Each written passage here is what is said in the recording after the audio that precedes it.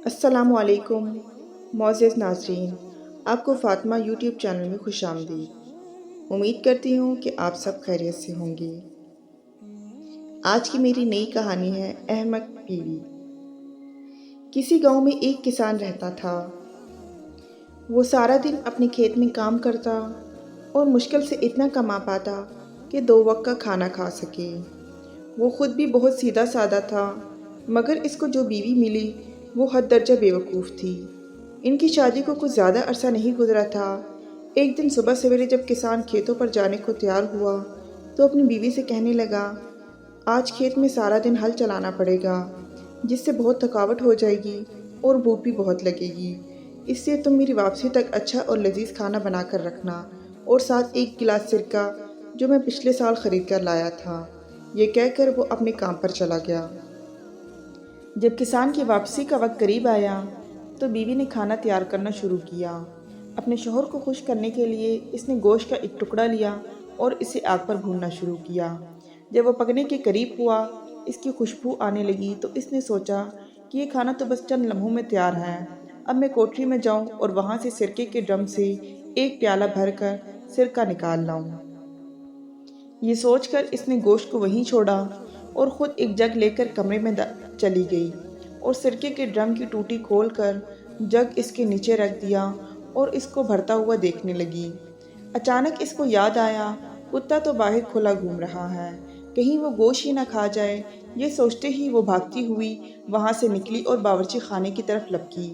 اس نے دیکھا کہ اس کا خدشہ درست تھا، گوشت کا ٹکڑا واقعی کتے کے منہ میں تھا اور وہ باہر کی طرف بھاگ رہا تھا۔ وہ کتے کو مارنے کے لیے اس کے پیچھے بھاگی تو وہ جنگل کی طرف دوڑا۔ کسان کی بیوی بھی اس کے پیچھے پیچھے تھی، مگر کتے کی رفتار اس سے زیادہ تیز تھی۔ وہ گوشت کا ٹکڑا لے کر جنگل میں غائب ہو گیا۔ تھک ہار کر مایوس اور نا امید افسردہ سی گھر واپس آ گئی۔ اس قدر بھاگ دوڑ سے وہ بری طرح تھک چکی تھی، اس لیے کچھ دیر چارپائی پر لیٹ کر اپنا سانس بحال کرتی رہی۔ اسی دوران سرکے کے ڈرم کی ٹوٹی کھلی رہی اور جگ بھرتا رہا۔ جب جگ پوری طرح بھر گیا تو سرکہ اس کے کناروں سے اس وقت تک باہر گرتا رہا جب تک ڈرم پوری طرح خالی نہیں ہو گیا۔ کچھ دیر دم لینے کے بعد جب کسان کی بیوی کو سرکے کے ڈرم کا خیال آیا تو وہ ایک دم اٹھی اور کوٹری کی طرف بھاگی، مگر اس وقت تک ڈرم پوری طرح خالی ہو چکا تھا۔ یہ سب دیکھ کر وہ بہت رونے والی ہو گئی کہ اب کیا ہوگا۔ جب یہ سب کچھ شوہر کو پتہ چلے گا تو وہ بہت ناراض ہوگا۔ پریشانی کے عالم میں وہ وہاں کوٹری پر یہ سب دیکھتی رہی کہ اب کیا کرے۔ اچانک اس کی نظر آٹے کی ایک بہت بڑی بوری پر پڑی جو اس کا شوہر چند دن پہلے ہی چکی سے خرید کر لایا تھا۔ بوری دیکھتے ہی اس کے سیدھے سادے ذہن میں ایک ترکیب آئی کہ اگر وہ یہ آٹا فرش پر بکھیر دے تو وہ یہ سارا سرکہ جذب کر لے گا اور فرش اچھی طرح صاف ہو جائے گا۔ اس قدر شاندار ترکیب سوچنے پر اس نے دل ہی دل میں اپنے آپ کو شاباشی دی اور بوری کھول کر آٹا فرش پر بکھیرنے لگی۔ اس دوران بے دہانی میں اس کا پاؤں سرکے سے بھرے اس جگ سے ٹکرا گیا جو ڈرم کے نیچے پڑا تھا۔ جگ بھی الٹ گیا تو اس کے اندر کا سارا سرکہ بھی بہہ گیا۔ وہ مزید پریشان ہو گئی اور اس نے باقی کا سارا آٹا بھی فرش پر بکھیر دیا اور سوچنے لگی کہ اب یہ سب ٹھیک ہو جائے گا۔ کسان گھر لوٹا، اسے شدید بھوک لگ رہی تھی۔ اس نے آتے ہی پوچھا کہ آج کھانے میں کیا پکا ہے۔ بیوی منہ بنا کر بتانے لگی کہ میں نے آگ پر تمہارے لیے مزیدار گوشت بھونا تھا، مگر کتا لے کر بھاگ گیا۔ جب میں اس کو مارنے بھاگی تو وہ سارا سرکہ بہہ گیا۔ اب میں نے آٹے کی مدد سے کمرے کا سارا فرش صاف کر دیا اور اب وہ کمرہ بہت صاف ستھرا نظر آ رہا ہے، تمہیں پریشان ہونے کی ضرورت نہیں۔ اس کی بات سن کر کسان نے اپنا سر پیٹ لیا اور پریشان ہو کر کہنے لگا، او بے وقوف عورت، تم نے یہ سب کیا کر دیا؟ تم نے گوشت کو چولہے پر کیوں چھوڑ دیا تھا اور پھر سرکے کے ڈرم کی تو ٹوٹی کو بھی کھلا چھوڑ دیا؟ چلو وہ تو ہوا، تم نے سارے آٹے کا بھی ستیہ ناش کر دیا۔ اس کی بات سن کر بیوی بھی تیز لہجے میں بولی، اب میں کیا کروں؟ سب کچھ تو تمہیں پہلے بتانا چاہیے تھا، کیا غلط ہے اور کیا صحیح۔ کسان جانتا تھا کہ اس کی بیوی کم عقل ہے، لہٰذا اس کے ساتھ جھگڑا مناسب نہیں، اس لیے اس نے سوچا کہ مجھے خود ہی اس کا خیال رکھنا ہوگا۔ یہ سوچ کر جب وہ بول رہا تھا، اس دن انہوں نے آلو ابال کر کھائے اور پیٹ بھر کر کچھ دن ایسے ہی گزرے اور کوئی خاص واقعہ پیش نہیں آیا۔ کسان بھی اب خاصا محتاط ہو گیا اور باہر جانے سے پہلے سب کچھ اپنی بیوی کو سمجھا کر ہدایت کر جاتا۔ ایک دن کسان اپنے کھیت سے ایک طرف اگا ہوا پرانا درخت کاٹا، جڑ میں سے اسے سونے کے کچھ سکے ملے۔ وہ خوش تھا کہ اب ضرورت کے وقت ان کو استعمال کر لے گا اور کوئی پریشانی نہیں ہوگی۔ اس نے سوچا کہ سونے کے ان سکوں کو کسی جگہ چھپا کر رکھ دے، مگر اس کو اپنی بیوی کی طرف سے بھی خطرہ تھا، کہیں اس کا راز نہ کھول دے۔ یہ سوچ کر بیوی سے کہا، دیکھو میرے پاس پیلے رنگ کے کچھ بٹن ہیں، میں ان کو ایک ڈرم میں ڈال کر زمین میں دبا رہا ہوں، تم نہ تو ان کے قریب جاؤ گی اور نہ ہی ان کو چھوؤ گی۔ ٹھیک ہے، جیسا تم کہتے ہو میں ویسا ہی کروں گی، میں ان کو وہاں سے نکالوں گی، نہ ان کو چھوؤں گی۔ بیوی نے اسے یقین دلایا۔ کچھ روز بعد جب کسان کھیتوں پر گیا ہوا تھا، گلی میں ایک پھیری والا آیا۔ اس کے ساتھ اس کا ایک مددگار بھی تھا۔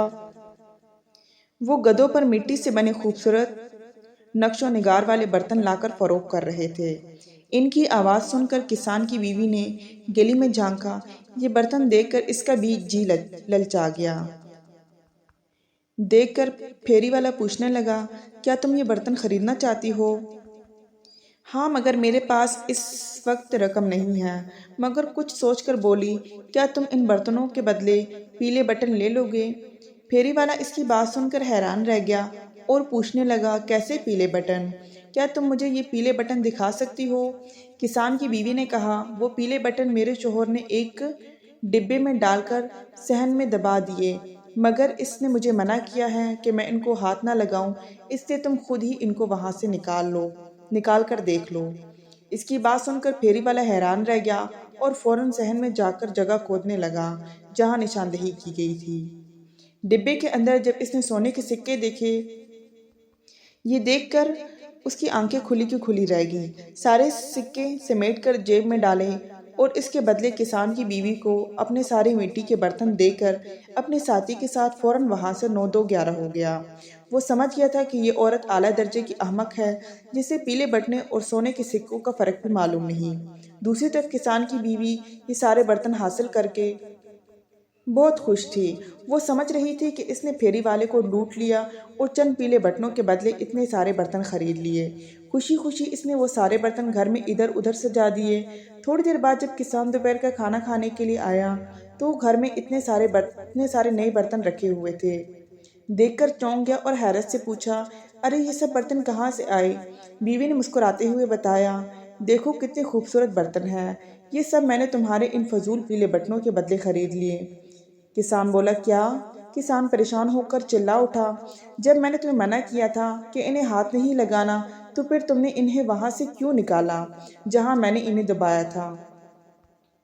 اب بیوی کہنے لگی، میں نے انہیں ہاتھ نہیں لگایا، نہ ہی میں نے ان کو وہاں سے نکالا، میں نے تمہاری پوری بات مانی ہے، تم نے مجھے ان کو چھونے سے منع کیا تھا، اس لیے میں نے انہیں ہاتھ بھی نہیں لگایا، صرف جگہ بتائی تو پھیری والے نے خود ہی کھود کر نکال لیے۔ بیوی نے پوری وضاحت کی۔ او بے وقوف عورت! کسان غصے سے اپنے بال نوچنے لگا کہ تم نے وہ جگہ اسے کیوں بتائی؟ تم نے مجھے اس بات سے تو منع نہیں کیا تھا۔ بیوی نے معصوم سا منہ بنا کر بولی۔ احمق عورت! کسان اپنا سر پیٹنا اور دیواروں سے ٹکرانے لگا۔ ارے بے وقوف! وہ سارے پیلے بٹن سونے کے سکے تھے، تم نے یہ کیا کر دیا؟ تمہیں تو یہ پہلے بتانا چاہیے تھا نا، اب یہ تمہاری غلطی ہے، وہ منہ بنا کر بولی۔ کسان کچھ دیر غصے میں چلاتا رہا اور اس دوران بیوی کھڑے منہ بناتی رہی۔ پھر شوہر سے کہا، میرا خیال ہے کہ ہم وہ سونے کے سکے ابھی واپس لے سکتے ہیں، وہ دونوں ابھی زیادہ دور نہیں گئے ہوں گے اور ان کے پیچھے چلتے ہیں۔ بیوی کی بات سن کر کسان بھی کچھ سوچنے لگا، پھر بولا، ہاں ہم کوشش تو کر ہی سکتے ہیں، مگر اپنے ساتھ کچھ لڈو ضرور لے لینا تاکہ اگر راستے میں بھوک لگے تو ہم وہ کھا لیں گے۔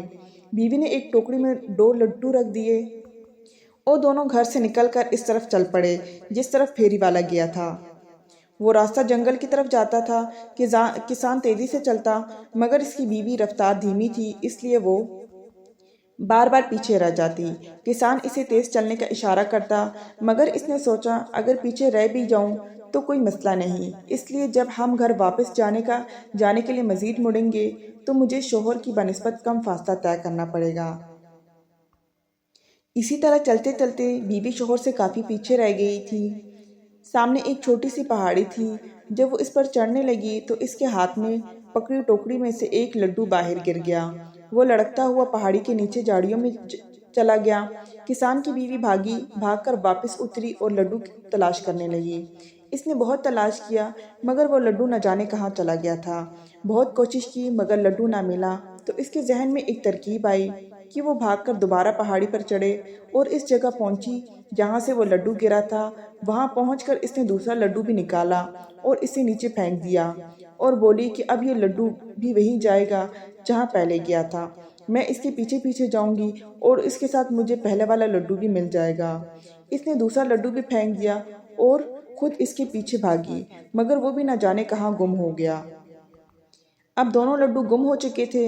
کافی دیر ڈھونڈنے کے بعد بھی وہ مایوس ہو کر آگے چل پڑی جہاں پہاڑی کی دوسری طرف کسان ایک گھنے درخت کے نیچے بیٹھا اس کا انتظار کر رہا تھا۔ اسے دیکھتے ہی وہ بولا، اب جلدی سے لڈو نکالو، مجھے بہت بھوک لگ رہی ہے۔ لڈو تو گئے، وہ منہ بنا کر بولی۔ کسان کہاں گئے؟ کسان چیخ اٹھا، ایک لڈو گر گیا، دوسرا بھی میں نے اس کی تلاش میں اس کے پیچھے بھیجا مگر وہ بھی نہ جانے کہاں کھو گیا۔ بیوی نے اسے ساری کہانی سنائی تو کسان حیران ہو کر بولا، تم ایسی بیوقوفانہ حرکتیں اتنی عقل مندی سے کیسے کر لیتی ہو؟ تم نے مجھے پہلے اس کے بارے میں منع بھی تو نہیں کیا تھا۔ وہ بڑے آرام سے بولی تو کسان لاجواب سا ہو گیا۔ پھر اچانک کچھ سوچ کر پوچھا، مجھے امید ہے کہ گھر سے نکلتے وقت تم نے بیرونی دروازے کو بند کر کے آئی ہوگی۔ نہیں، میں نے تو دروازہ بند ہی نہیں کیا تھا کیونکہ تم نے تو مجھے توجہ ہی نہیں دلائی تھی، بیوی نے جواب دیا۔ اس کی بات سن کر کسان پریشان ہو گیا اور غصے سے چیخا، اس سے پہلے کہ ہم مزید آگے جائیں تم گھر واپس جاؤ اور دروازہ بند کر کے اسے تالا لگا کر آؤ۔ ہاں، آتے ہوئے کھانے کو بھی کچھ لے آنا۔ وہ فوراً گھر کی طرف بھاگی اور اس نے ایسا ہی کیا جیسا کہ اس کے شوہر نے کہا تھا۔ کھانے کے لیے اس نے باداموں کی ایک تھیلی اٹھائی اور پینے کے لیے پانی کے ایک چھوٹے سے مشکیزہ بھی بھر لیا۔ اس کے بعد اس نے گھر کے بیرونی دروازے کو تالا بھی لگایا اور واپس چل پڑی۔ ابھی 2 قدم ہی اٹھائے تھے کہ سوچا کہ شوہر شاید پھر اس پر اعتبار نہ کرے کہ تالا کے بغیر ہی آ گئی ہو، اس لیے مجھے ثبوت اپنے ساتھ لے کر جانا چاہیے۔ یہ سوچ کر اس نے زور لگایا اور پورا دروازہ ہی اکھاڑ کر سر پر رکھ لیا اور واپس شوہر کی طرف چل پڑی۔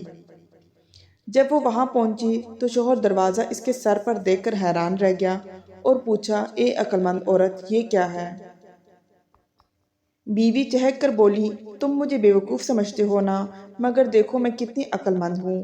مجھے علم تھا کہ تم میری بات کا یقین نہیں کرو گے، اس لیے میں پورا دروازہ ہی ساتھ لے آئی ہوں۔ اب خود دیکھ لو میں نے اس میں تالا لگایا ہے یا نہیں۔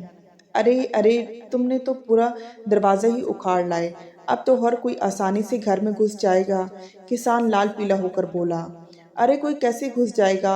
دروازہ تو میرے پاس ہے، پھر کوئی کیسے گھر میں داخل ہو سکتا ہے؟ بیوی آنکھیں گھما کر بولی تو شوہر نے مزید بحث سے جان چھڑانی ہی مناسب سمجھی اور خیال کیا اور کہا، واقعی ہی تم احمق نہیں بلکہ بہت عقل مند ہو۔ یہ دروازہ چونکہ تم ہی لے کر آئی ہو اس لیے اب تم ہی اسے اپنے سر پر اٹھاؤ۔ یہ کہہ کر وہ آگے چل پڑا۔ احمق بیوی نے وہ دروازہ دوبارہ اپنے سر پر لاد دیا اور باداموں والی تھیلی اور پانی کا مشکیزہ بھی اس دروازے کے ساتھ باندھ کر رکھا تھا، جس کی وجہ سے وزن بہت زیادہ ہو گیا۔ چلتے چلتے وہ دونوں جنگل میں داخل ہو گئے۔ چور تو ابھی تک ملے ہی نہ تھے اور رات کا اندھیرا بھی چھانے لگا تھا۔ جب رات کی تاریکی زیادہ ہو گئی تو انہوں نے برگد کے ایک گھنے درخت پر رات گزارنے کا فیصلہ کیا۔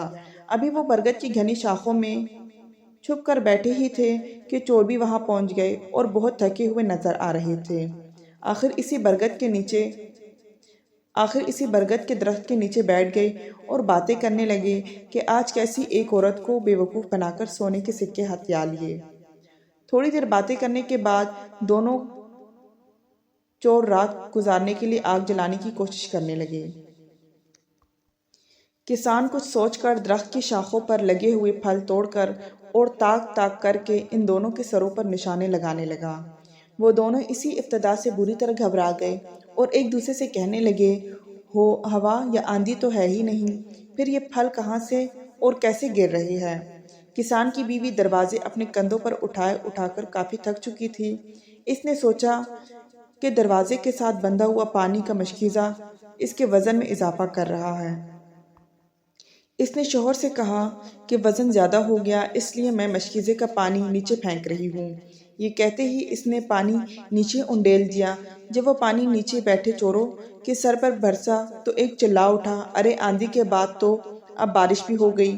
اگلے ہی لمحے بیوی نے محسوس کیا کہ پانی نیچے انڈیل لینے کے باوجود دروازہ ابھی تک ویسا ہی وزنی ہے، تو پھر شوہر سے کہنے لگی، اب میں بادام بھی نیچے پھینک رہی ہوں، اب میں ان کا بوجھ مزید برداشت نہیں کر سکتی۔ پھر اس سے پہلے کہ شوہر کی کوئی جواب دیتا، اس نے باداموں سے بھری پوری تھیلی نیچے الٹ دی۔ جوں ہی وہ سارے بادام نیچے بیٹھے چوروں کے سر پر برسے تو وہ چیخ اٹھے، ارے اب تو اولے بھی برسنا شروع ہو گئے، چلو کہیں اور بھاگ چلیں۔ پانی اور بادام نیچے پھینکنے کے باوجود بھی جب دروازے کا وزن کم نہ ہوا تو وہ سمجھ گئی کہ خود دروازہ ہی بہت وزنی ہے۔ پانی اور بادام نیچے پھینکنے کے باوجود بھی جب دروازے کا وزن کم نہ ہوا تو وہ سمجھ گئی کہ خود دروازہ ہی بہت وزنی ہے۔ دروازہ اب اسے سنبھالا نہیں جا رہا تھا، وہ اس کے ہاتھ سے پھسلنے لگا اور شوہر سے کہنے لگی، لو جی اب دروازہ بھی چلا گیا۔ یہ کہتے ہوئے اس نے دروازہ چھوڑ دیا جو سیدھا جا کر چوروں کے اوپر گر گیا۔ وہ کہنے لگے، ہائے مر گئے۔ وہ ایک ساتھ چلائے اور پھر یہ دیکھے بغیر کہ کیا چیز سر پر گری، سر پاؤں پر رکھ کر بھاگتے ہوئے کہتے جا رہے تھے، پہلے آندھی آئی، پھر بارش، پھر اولے برسے، اب تو آسمان ہی سر پر آ پڑا۔ بھاگتے ہوئے چور اپنا سارا سامان وہیں چھوڑ گئے۔ ان کو بھاگتا دیکھ کر کسان اور اس کی بیوی بھی درخت سے نیچے آ گئے۔ چوروں کے سامان سے ان کو اپنے سونے کے سارے سکے واپس مل گئے۔ انہوں نے چوروں کا سارا سامان اٹھایا اور گھر کی طرف واپس چل پڑے۔ امید کرتی ہوں کہ یہ کہانی آپ کو پسند آئی ہوگی۔ اب ملتے ہیں ایک نئی اور اچھی کہانی کے ساتھ۔ اللہ حافظ۔